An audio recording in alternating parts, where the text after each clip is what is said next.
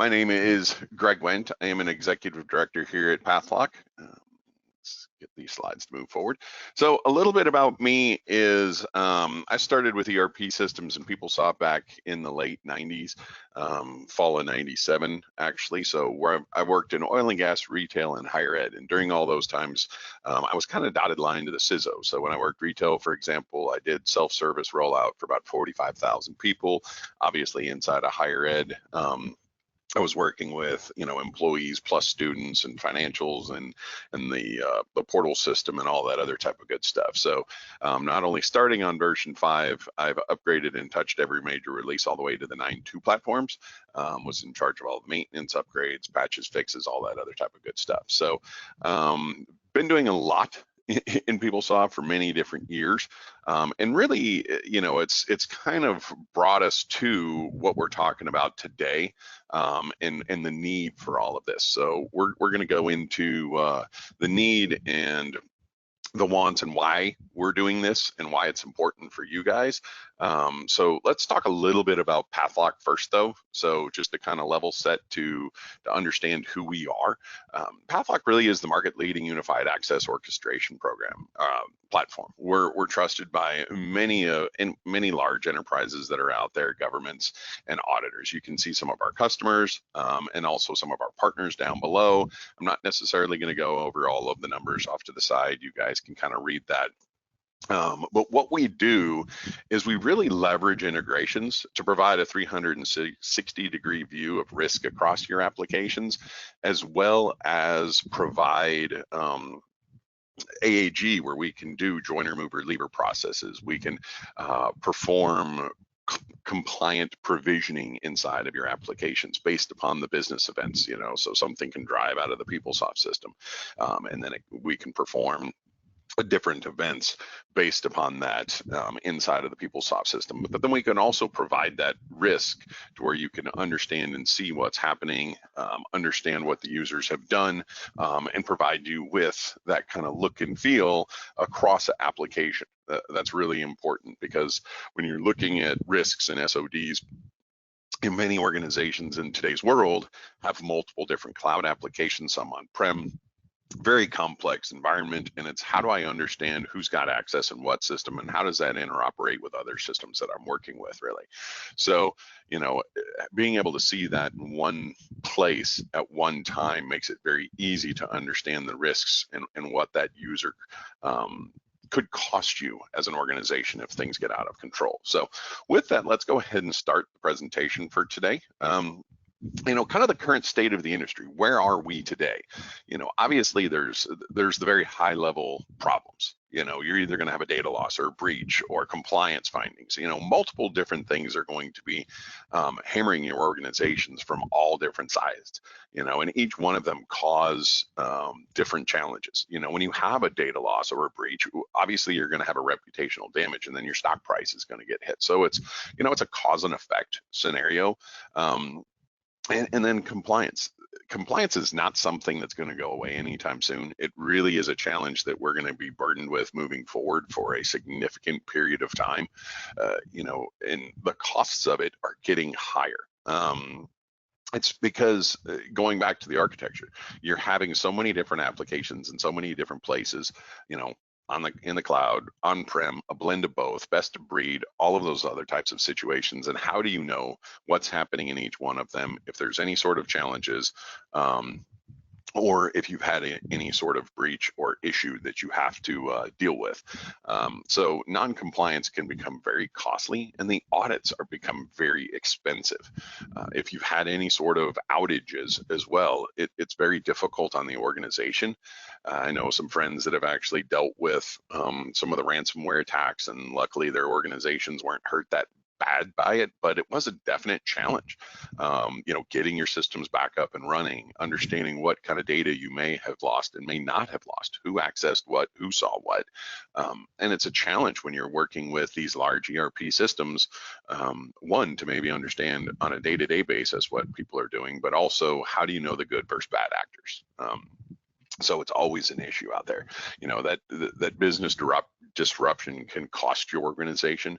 Honestly, if it happens too long, inside of an organization, it will, statistically close you down after a period of time. You will not make it if you can't get back up and running in a short enough period of time.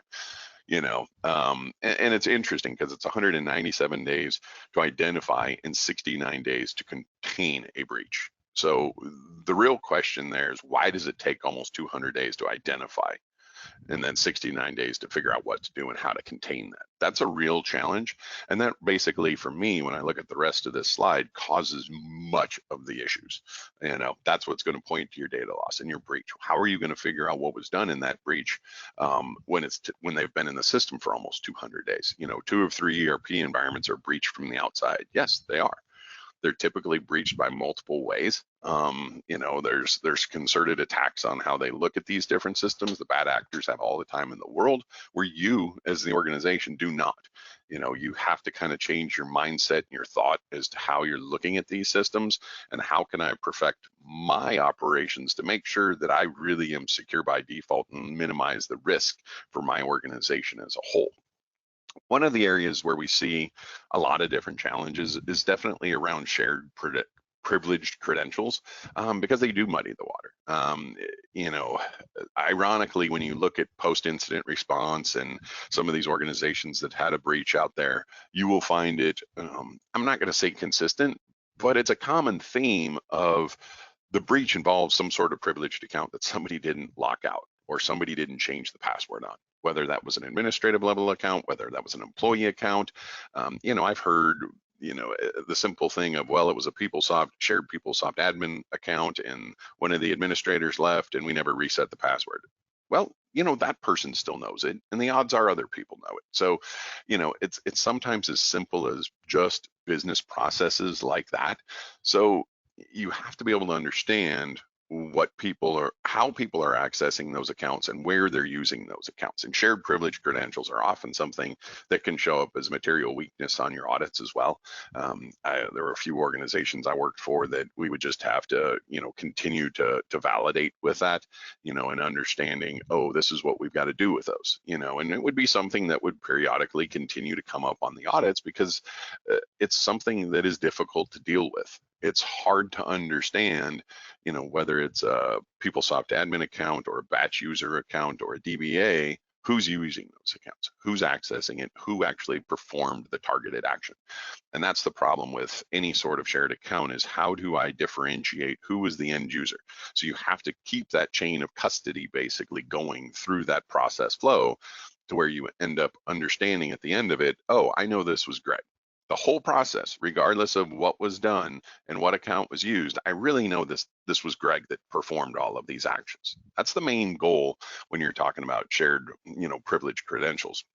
Because it really, you have to have clear visibility throughout that process. The high privileged users can exploit end user accounts, simply by logging in as self-service.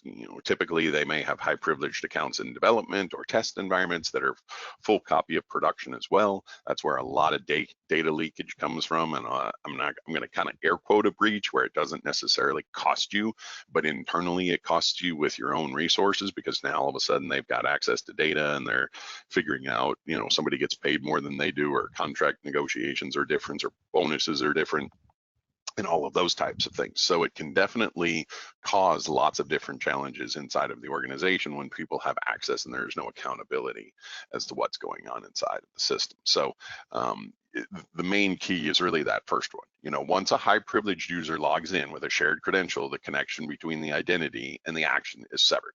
And that's where everything else just, trickles downstream. It's all of the problem stems from there, because you have to be able to hold that connection.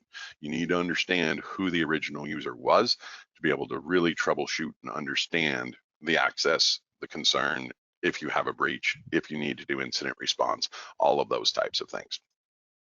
When we talk about the status quo for privileged PeopleSoft access specifically, there's really a couple of different thoughts out there for the most part. Sometimes it's one of those things where it's a break glass type scenario and somebody stands over your shoulder and you're logging in as that particular user and they're watching everything you do, so you don't, do anything out of bounds and all those types of things. The problem with that is, how does that become auditable? What are you going to do with that?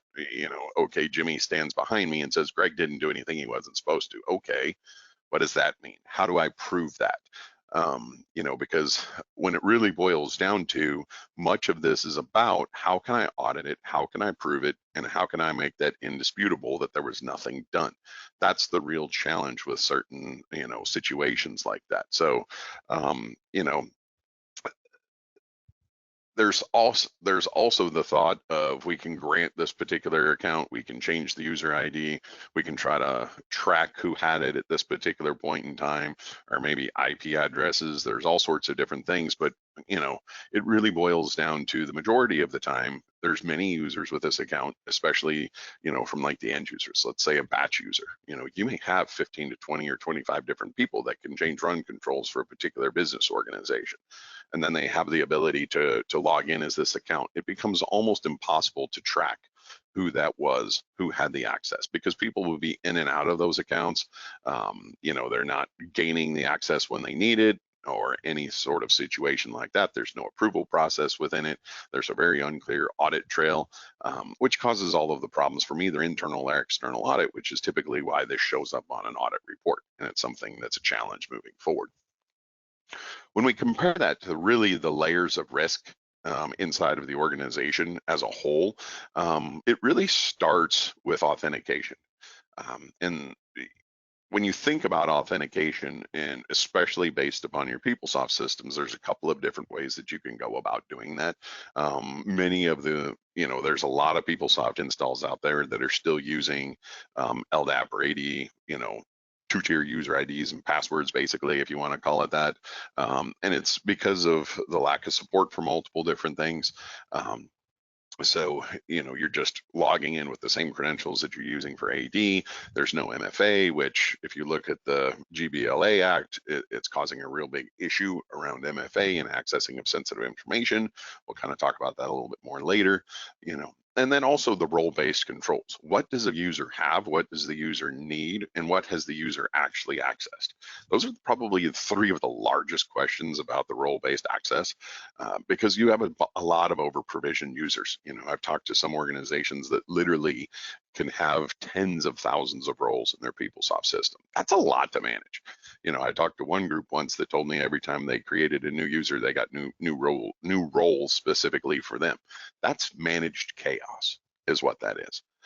I don't know how you can keep that clean. I don't know how you could go through and control what that access is and really understand the context of what was supposed to happen for that particular user. And then there's also the flip side of it, to where it's like, we have very little roles and everybody gets access to everything, basically, which isn't a very good control either. There is a least privileged access of minimizing what the user has access to that really needs to be employed. But the question is, how do you do that? You have to be able to understand the levels of risk and what this is giving them, and what they have access to be able to really trim down what they need. And then it's the context of the access. Unmanaged devices, shared credentials, questionable networks, where is this coming from, how is it happening? All of those other pieces of data that really are important. When you talk about the PeopleSoft world, a lot of that's not taken into effect. Am I on the network, off of the network? Am I coming in from a VPN? All of those types of scenarios, for example. So lots of different questions that might change why you need to inject additional controls within a process flow, because you need to step up the security, because the risk is higher in those situations, and that's why. And then you get down to the transactions and the data. This is where somebody can actually expose data. They can exfiltrate it. Regulatory non-compliance.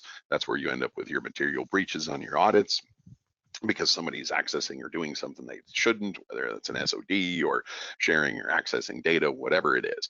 And it's really, many organizations think about this from the outside in instead of the inside out. And what I like to think about it is that way. I like to change the thought process to really have you think about it from the inside out. I want to think about my transactions first and my data, and I need to control, as an environment, that information first before the end user gets access to it, because my authentication on the outside is just one thing. That's just the tip of the iceberg. Once I get into the application, I can do whatever that application says I can do.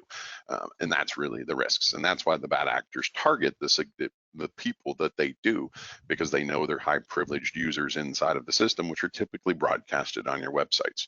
Director of HR, payroll, all of those types of personnel are typically identified, and their contact information is posted on your website. So they become very easy targets when you're thinking about how the bad actors understand who to look for. So one of the things that we recommend in this scenario is to really go through and change the way this is looked at. So our security platform, the Pathlock security platform, really is a unified rules or policy engine that's going to sit within the PeopleSoft system, and it's going to allow you to control your PeopleSoft system with granular and contextual security. What we're doing is flipping the scales. We're changing it. We're allowing you to control the data access up front, as well as many other layers of the security, but it's dynamic. It's contextual, and it's applied to the user as they're accessing the system. So the typical role-based access controls are still going to be in play. They're all there. So they're granting that user their roles, their permission list, what they have on a day-to-day basis. None of that is changing. That's one of the key things to understand. What we're doing is we're layering in a seamless engine that's going to sit on top of those role-based access rules, and it's going to allow you to build an attribute-based access model that allows you to protect your data. It allows you to protect your transactions. It allows you to understand and see and have visibility into the transactional layer of what these users are doing in your system. So you can look to see who's looked at a W-2, who's updated a W-9, who's changed a W-9, or who's changed their direct deposit information, for example. That becomes very easy to see and track. It also becomes very easy to see and track internally as to understanding who has accessed information that's specific, that's maybe an internal threat, somebody doing something outside of their job scope, for example. So all of those things get layered in. We've got multiple different controls that you'll see over on the right-hand side, and all of these are injected into the policy in the platform in a way that is very streamlined in an efficient way, so that you're not having to write you're not writing code, you're not making customizations to the PeopleSoft system. This is, a fully certified solution from Oracle on the 6 platforms. So, everything has been run and checked through them. So we can do things like single sign-on. What that does is it allows you to plug into your normal authentication model. So maybe that handles MFA, maybe it does not. There's multiple different models that you might want to look at depending upon how your users are accessing the system. Typically, it's very difficult to get 100% control over SSO. I get that question a lot when we're talking to different organizations out there, and it really is difficult to get 100%. There's always a mixed type of environment when you're looking at how people are connecting into your system, how they're accessing it. Sure, you want as much as you can to go through SSO because it makes it consistent, but there's typically some backdoor access that is going to be very high privilege that you need to make sure is protected as well. And I can show you why and how you might, be able to do both of those. Contextual access controls, it can be IP based. So if you're talking on your network, off your network, you can make choices. You can whitelist as to what people can do. You can also set some stuff up with privileged access to where we can flip between different accounts, and I'll show you that today and the reason why you would want to do that. The whitelisting can also come into effect of, you can set things up like if my payroll administrator runs, logs into the system after midnight, 1 o'clock in the morning, I don't want them to be able to run payroll. Sure, they have the ability, their roles are still there, but they're not going to be able to run that because of the security policies that are put into play. So what it does is it allows you to tie your business processes to security processes to protect your system in a way without having to customize it, because you're doing it at the policy layer. So very clean, those types of things. I don't want them to be able to run queries. I don't want them to be able to take the query data out. Simple things that can protect your data, that when you're looking at from, lowering your risk profile, it's going to be very important holistically. So then we can get into fine-grained security, and that's really looking at and understanding who's accessing data. So we've got multiple different ways to do data masking. I'll go into that when we're looking through this, where we can always do query and search masking as well. So there's multiple ways that you can mask data. It makes sense to mask data different ways depending upon who the user is and how they're accessing the system, and maybe even where they're at within the system. That's why dynamic data masking is so important, because from a business perspective, it makes sense. You have to be able to change how you're looking at that data, change how you're looking at the controls based upon maybe how that user is accessing the system. So we'll go into more of that when I'm going through the demo. And then the user activity logging and the real-time analytics, those definitely blend together, because what we do is those logs are going to be injected into an analytic platform. We call it our A360, and you're going to be able to use that to solve multiple problems immediately, but you're also going to be able to understand and see what users are doing in your system. So I'll go into quite a bit of detail on that as well. So we can skip over that. So this is really the Pathlock security platform and what it does. As I said, this is a certified solution from Oracle that allows you to do all of these different features and functions quickly inside of the system. A little bit more information on the analytics. What we do inside of the analytics is we're going to accelerate the threat detection, your reporting, and the response with pre-configured dashboards. The real-time data comes across and it's aggregated, it's enriched and visualized within the PeopleSoft security analytics. What we do, I'm not going to go into each and every function on here, but what we're doing with that is we're correlating not only log data, but people tools data. We're looking at the metadata. We're understanding the metadata about fields and pages and how those things are tied together. We also have metadata on employees, for example. So we know what departments they're in, what should they really access, those types of things. So we're bringing all of that information together to help solve and answer all of these questions quickly for you, because that's really what it takes, is combining and correlating all of that information and all of that data to be able to push that out in a very quick manner. So let's go ahead and jump into demo. So I am going to change my screen here real quick. I'm going to go ahead and start with logging in as single sign-on. And when we talk about single sign-on, there's a few different things that we can do. Number one, I'm going to start with an SP initiated single sign-on, to where I'm going to authenticate to the service provider first. And I'm going to log in, and this is Microsoft, so I'm logging in as Vicky Zinn, who's going to be a standard kind of self-service user within the HCM system. The way this works is we can go in, we can access the HCM system. It's a deep embedded link. One of the things I like to call out is we fully support all of the deep embedded links into the system. So if you have any sort of workflows or any of those types of emails that go out, all of those are fully supported. There's no customization to make any of that stuff work. And it really allows your end user to jump into the system. So when the user is already authenticated to the identity provider, what it's going to do is allow you to quickly just bounce into your PeopleSoft system, Campus, HCM, Financials, whichever one you need to do. So at this particular point, I'm going to launch into HCM. What you'll see is a new tab is going to open. And when that tab opens, you'll see some URLs flash very quickly through the process. What it's doing is it's communicating back to the identity provider. So we're going to talk to that SAML provider directly, so you don't have to do anything. There's no, we're not looking at header values. We're not injecting something. This is not happening through a proxy. We are directly communicating to the identity provider. So it's about as streamlined and as secure as it can possibly get. So once I click that, the new tab's going to open and the URLs are going to flash, and I'm going to end up with an authenticated session into the PeopleSoft system. You can see that I'm logged in as Vicky Zinn. How that happens is we exchange attributes from the identity provider that then maps the user into the system. So that's one way that we can log in. I'll show you another way very quickly, just so you can see some of the other options. Minimize that real quick. So I'm going to go ahead and edit this address. I'm going to log into the same PeopleSoft system, and when we do that, what we're going to do is we've got a parameter value. So this parameter value right here is going to tell me to use Okta. So this is the same PeopleSoft system, but now I'm going to use Okta and set And so I haven't logged into the identity provider. So the first thing that it's going to do is prompt me for a user ID and password.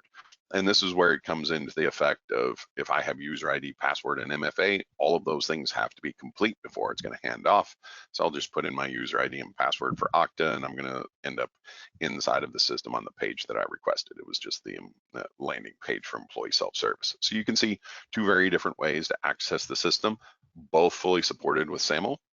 I will say that with the latest build of our system, we are also integrating with OIDC as an option for SSO. So that is something that if you need as an organization, we can also do that as well. We're continuing to do development on the platform to move it forward. And I think the OIDC is a relatively cool option moving forward. So moving back to Vicky Zinn's account here, one of the things that I thought I'd talk about is some of that contextual data masking and how this helps lower your risks. What I've got here is the click to view up at the top, where you'll see the birth date is partially masked out, and it's a hyperlink. So if I hover over it, you can see that I can click it. If I do, it's going to go ahead and expose that information. This is what we call our click to view. Kind of simplistic in name, but it talks about exactly what it can do. There's two things that are important there from a usability perspective. One is the fact that data is not going to be displayed by default. Because if you think about from an incident, user accessing the system, looking at high privilege data, there's a lot of sensitive data that gets exposed on every page. And we can look at it from a back office perspective if we want, inside the demo of looking at personal details. And you're going to have address, phone numbers, birth dates, social security numbers, all within the same page. That information doesn't need to be displayed by default just because somebody has access to it. And that's what the click to view allows you to do, is protect that data. But if the user needs to see it, they can see it. But when they click on that, what we're going to do is create a positive log, is like I like to call it, because it's only going to come into effect when somebody views that data. So now I can track that, and we're going to get the date, timestamp, the field. We know exactly what was looked at. We're not going to propagate the sensitive information. We're just going to give you a pointer that says, hey, by the way, Vicky Zinn just looked at her date of birth on this page. Here's the date, timestamp, and the IP address that came from. Why? Because we exposed sensitive information. So that helps us to understand who's accessing that sensitive information and where they're accessing that information from. So now if we need to put additional controls, we can put those controls in because we know what's happening. There's no longer a question mark as to what may be accessing or what's happening. Also, additionally, with the social security number, that's going to be a partial mask that you can't click or view. The nice part about that is you may decide that in this situation, Vicky's accessing the system remotely. She doesn't need to come to HR to verify her social security number. She should already know her social security number. She already knows her birth date. So if she is accessing from off of our network, let's protect that data. That way, in case a bad actor gets a hold of her credentials, her data is now protected. They're not going to be exposed or be able to steal her data.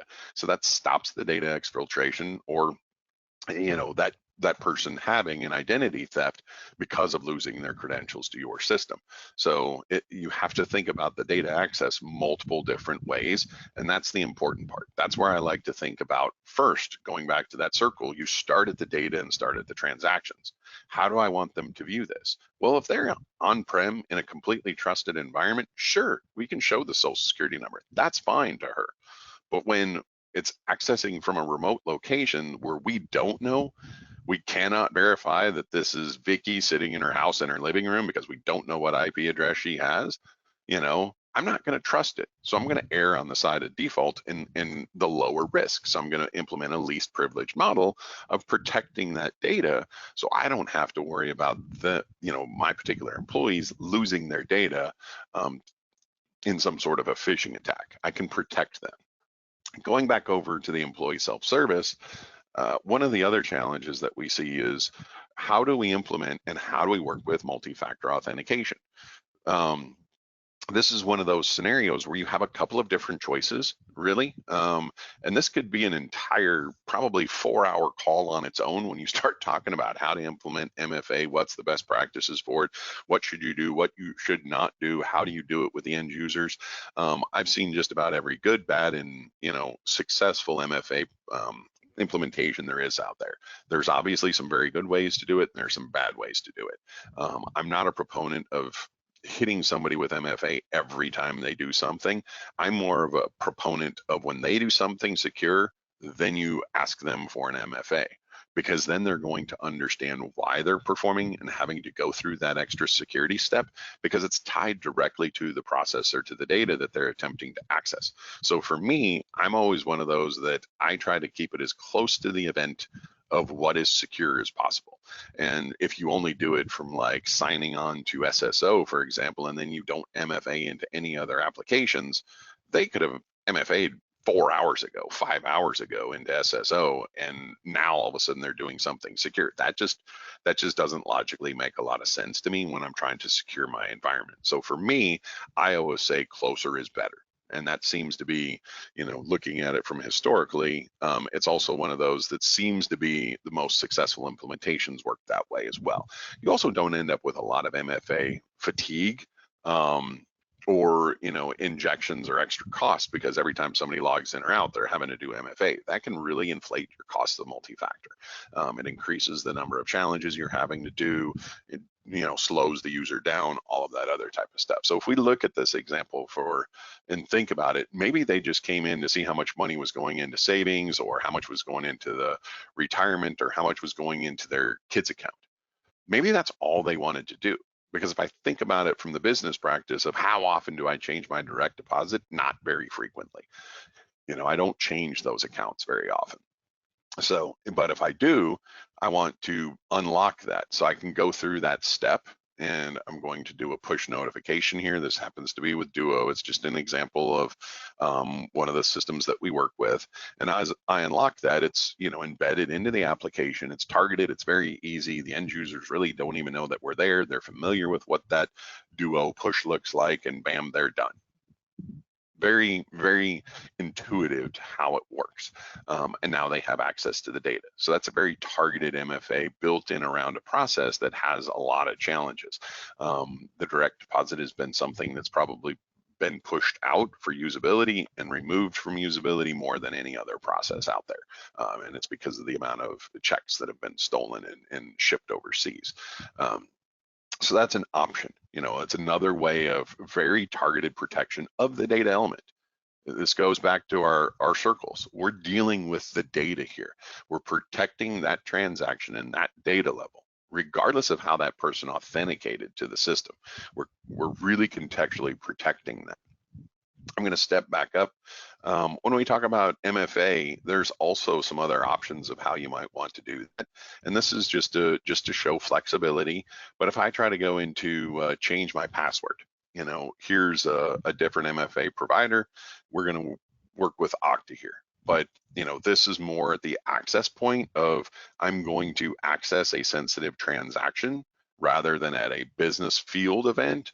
So I can ask for an MFA at that particular point. So as you can see, I've configured this system with Microsoft and Okta from an SSO perspective, and both Duo and Okta from an MFA perspective. None of these were customizations to the system. I didn't change any record, page, or people code or pages at all. So when I look at all of these different transactions from a PUM update, they're all going to be same. There's zero changes to any of this code line. And that's regardless of whatever application stack you're within. So that's one of the important parts as well, is how can I secure my implementations without having a high maintenance cost? This allows you to do this with an extreme ROI, because you can instantaneously put this in, and your carrying costs are going to be extremely low because there's no customizations. When we talked about privileged access earlier, privileged access is designed for multiple different reasons.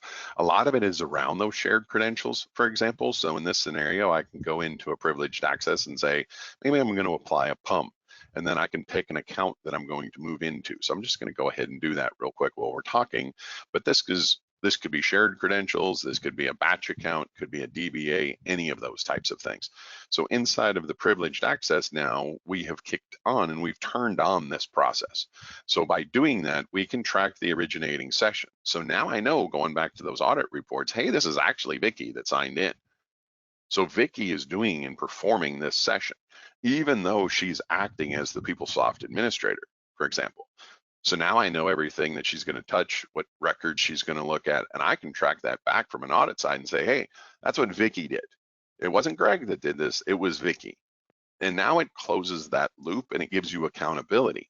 Now, all of a sudden, when you think about how many people can we roll SSO out to, a lot more.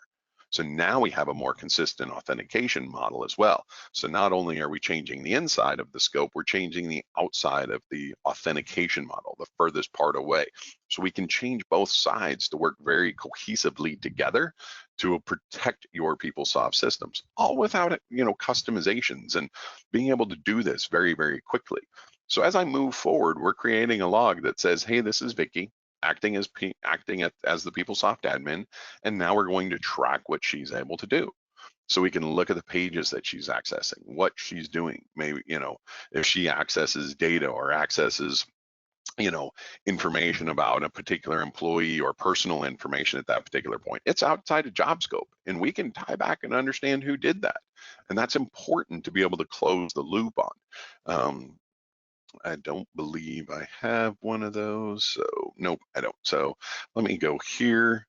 Some of the other controls that I wanted to show here just real quick were under the workforce administration. I'm going to go to personal information. I'm also going to modify person here real quick. Let me open up a user, see if I got lucky enough to get one. And I haven't been in this page for a little bit, so it's going to take a little bit to cache out. And this is kind of the example of what I was talking about with the click to view, because I wanted to show you this, because this is really different access. We've got fluid self-service access and type of situations like that. But then we also have those high privileged back office pages that have a lot of information. We've got date of birth here. We know all of their name. We know where they're, where they were born, which is often not security questions on different things. Their national ID. And as you can see, we just implemented the click to view in a couple of scenarios around the national ID. If I want to expose that, I can see the national ID, so it's not affecting the end users. But now what I'm going to be able to do is I'm going to be able to see that, Vicky Zinn was acting as PS, and now she accessed this information and looked at a social security number. Can you answer that question? Could you have that level of detail in your environment? My guess is probably not. That's what the auditors are looking for. That's the type of situation that they're looking to stop, or not necessarily to stop, but they're looking to be able to report on and say, hey, this was way out of job scope. This is something that somebody should not have been able to do. And if you don't have the information, you can't answer that question.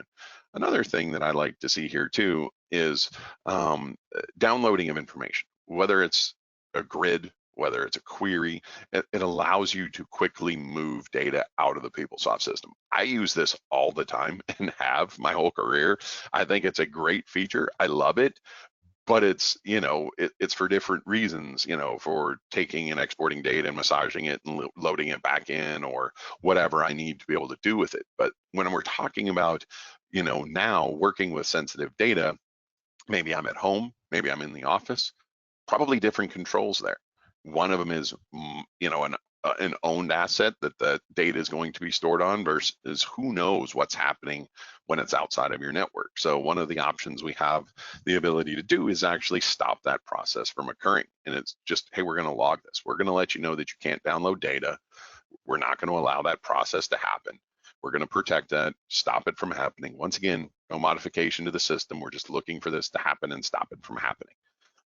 That allows us to control it at a level that's not going to stop somebody from doing their job, but it's going to keep your organization more secure. It's going to lower your risk completely, because now all of a sudden sensitive data isn't going to be leaving, by droves of information. The bad actors typically want to get into a high privileged account, pivot to query, exfiltrate a query, download it, done. It takes them about that long. So that's something that you want to make sure they stop.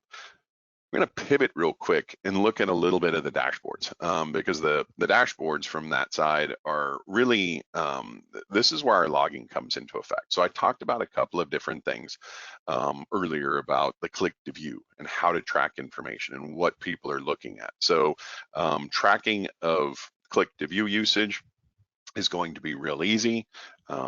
I was looking at this earlier, so we have a couple of different ways we can really skin this information.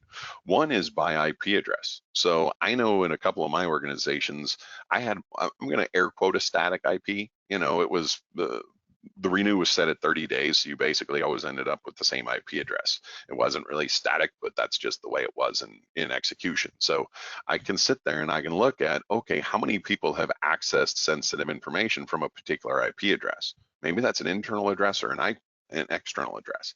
If it's an external address, I darn sure want to know whose data was exposed. So if I were to click on that, it's now going to filter very quickly. I can see the operator who was signed in, what account did they use, and all the different employee IDs that were accessed. So that's one way I could look at it. I can also look at it from the perspective of it occurred after hours. Now we can set up and control that with what the after hours means. So maybe this is from 8 p.m. to, or 9 p.m. to 6 in the morning. You can set that up. So, oh my gosh, who's done access outside of those particular hours? So I can filter in and drill in and look at that. And then I also have the ability to filter it a couple of different ways to, let's say if I click on one of these rows, I can then filter the data by either the keyword of the user who was signed in, or I can toggle that one off and allow me to look at it from the perspective of who has accessed this individual data. So now it allows me to see who has accessed KU0003, what IP address did that happen from, geo-mapping, and I can see down at the bottom what information was accessed, what date it was, who the user was, what IP address. So it really gives you the raw data down here. As I said, we're not going to populate the sensitive information. We're going to give you a pointer as to what was done, what data was accessed, and who the key was. So that way you know, oh, okay, on personal data, this was the data that was accessed. So that's just some of the things that you can really gain from having the click to view and looking at and having access to those logs. Another thing that I really like to show is around compliance. We've got lots of different dashboards on different things. I'll talk about them more in just a second when I back up, but I wanted to specifically cover off on this one. As I showed you earlier with stopping the download of data, it's going to show up in here because we're going to log that, because we're going to know somebody attempted to take data out. Maybe this is a training issue. Maybe it's something I need to look into. You know, lots of different reasons or lots of different things can happen at this point.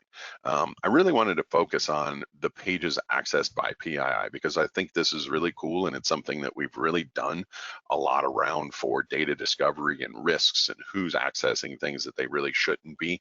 So what we've done is we've categorized the information on PII levels 1, 2, and 3. Obviously 3 is private information or public information, said that backwards. 3 is public, so let me get rid of that. And then we have, you know, levels 1 and 2.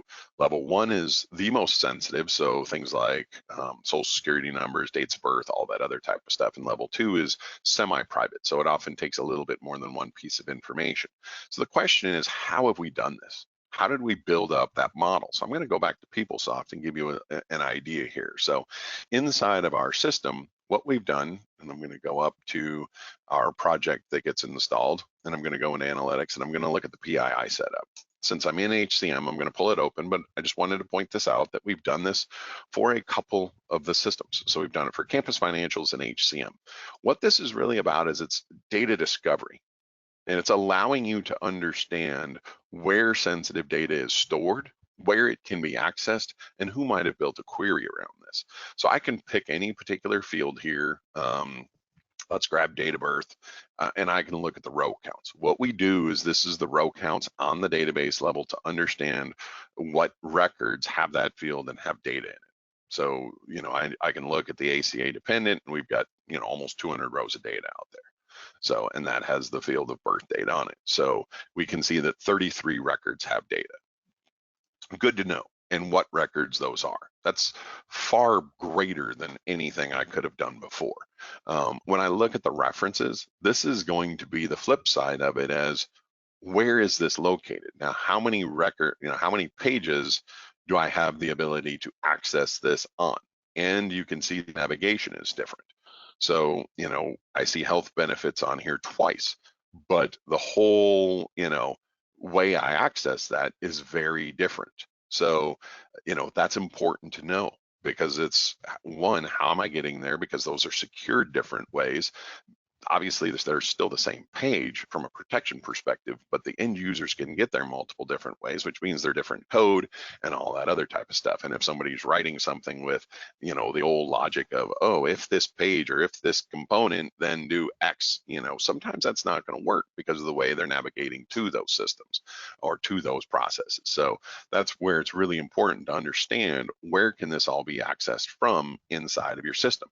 I guarantee you the auditors probably don't have this information. They don't have this level of information of what and where the sensitive data really is stored and where it can be accessed in all of these systems and all of the different changes.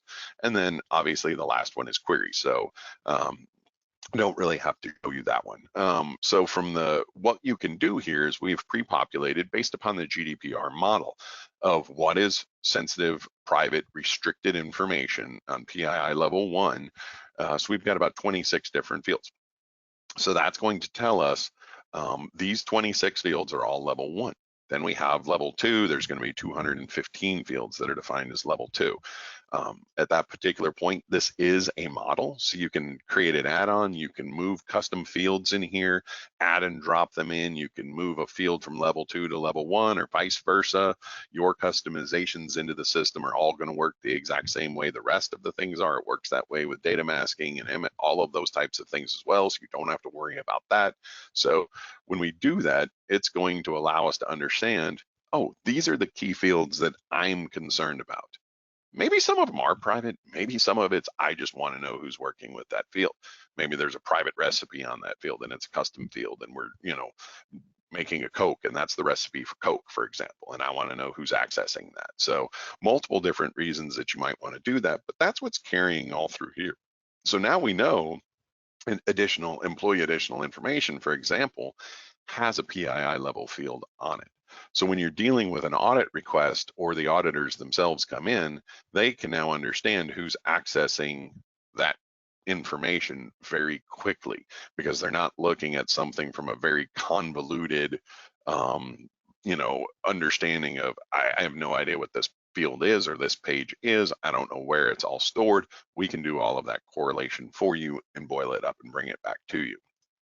I'm going to show you quickly going back one. We really designed these for multiple different people: 1 auditors, 2 PeopleSoft administrators, 3 security administrators, 4 PeopleSoft security administrators, 5 business users, as well as many others. So looking at it from the business user perspective, I want to look at the HCM components. And what we've done here is this is really understanding about how people are accessing the system and what they're doing. And it's built specifically around HCM access. So we can search up here and look at searches by employee ID. So what this does is it basically gives me the user who was logged in and who did they search for. So now I can know who accessed whose information, and then what component they accessed that on. When I look at logins by department, kind of a post-COVID thing, as to who and why, are people actually doing their job and those types of things?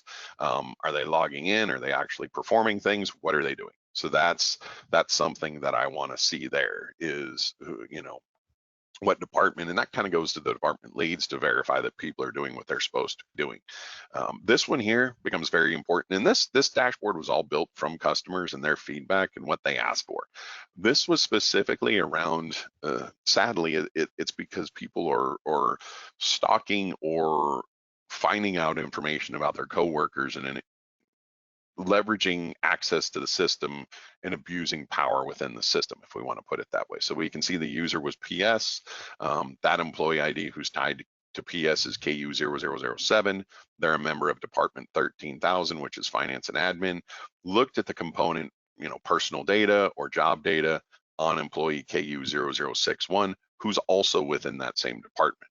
So what this tells you is this user looked at somebody else's data within their same department. that could be payroll information on job data, or it could be personal information. So maybe they got their phone number or their address. So now if they're stalking them or some sort of situation like that, God forbid, you can understand and you can see this and you can look at that and prevent that, or if your organization gets sued, you now understand, why somebody was exposed to data and those types of things. W-2s, always a big time of year right now, who's accessed W-2 information, so you can actually track that, or W-4s or 1099s or whatever you're providing.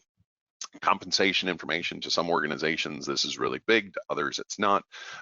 Everybody I work for, because they were private, it was a big issue that they wanted to understand who was looking at payroll information. So here you can see the page is very different, the component might be different, but really what we're looking for are certain keys and fields on the page. When we look at executive compensation, what this does is it allows you to basically give us some VIP employee IDs, and we're going to track if anybody accesses specific information to them. Could be chairman of the board, president, VPs, those types of things. Other information, and we can create notifications around all of this stuff as well, but we have the ability to track if somebody made a change to addresses or somebody made a change to bank accounts, and that just gives you that information to let you know, yes, they did make this change. And then also any sort of system level access outside of 8 to 5 hours, so if it occurs after hours, what was accessed. So those are just a couple of the dashboards that I wanted to show you real quickly. So I'm going to flip back over to the presentation. I know we're coming up to the top of the hour and want to make sure we have some time for questions. So Pathlock really helps you reduce your costs, save time, and enable security and compliance. We're going to do that through multiple different ways. We're definitely going to do it through our automation for application access governance, which is something that if you guys, anybody's coming to the Alliance conference, definitely come see me. I've got a couple of different presentations and I'm going to be showing you some automation around that, to where based upon events, we're going to do very compliant provisioning to allow you, turnkey instantaneous access into your PeopleSoft system with all your roles, least privileged access, all of that stuff set up. So we can do access risk analysis for single or cross app, compliant provisioning, the joiner, mover, leaver process, and then also access certifications and recertifications. Some people might want to call that a user access review.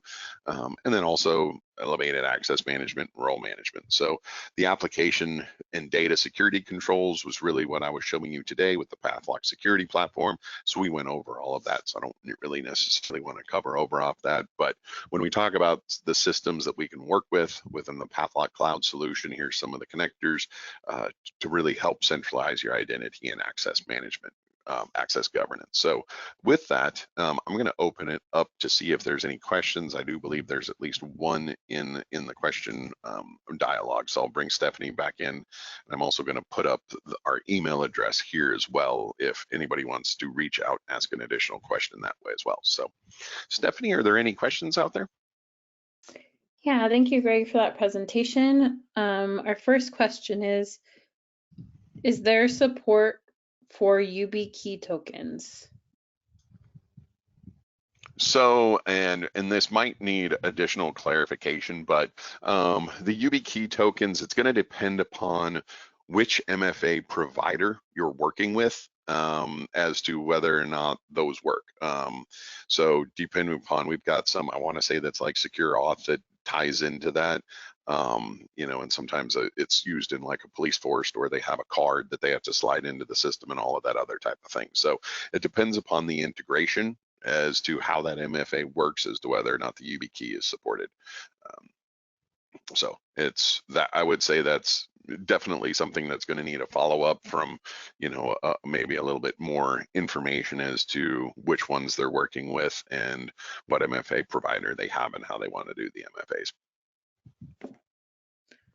Okay, great. Again, if you do have any questions, you can put them now in the questions box. If not, you can reach out to us at info@pathlock.com and we'd be happy to answer any of your questions.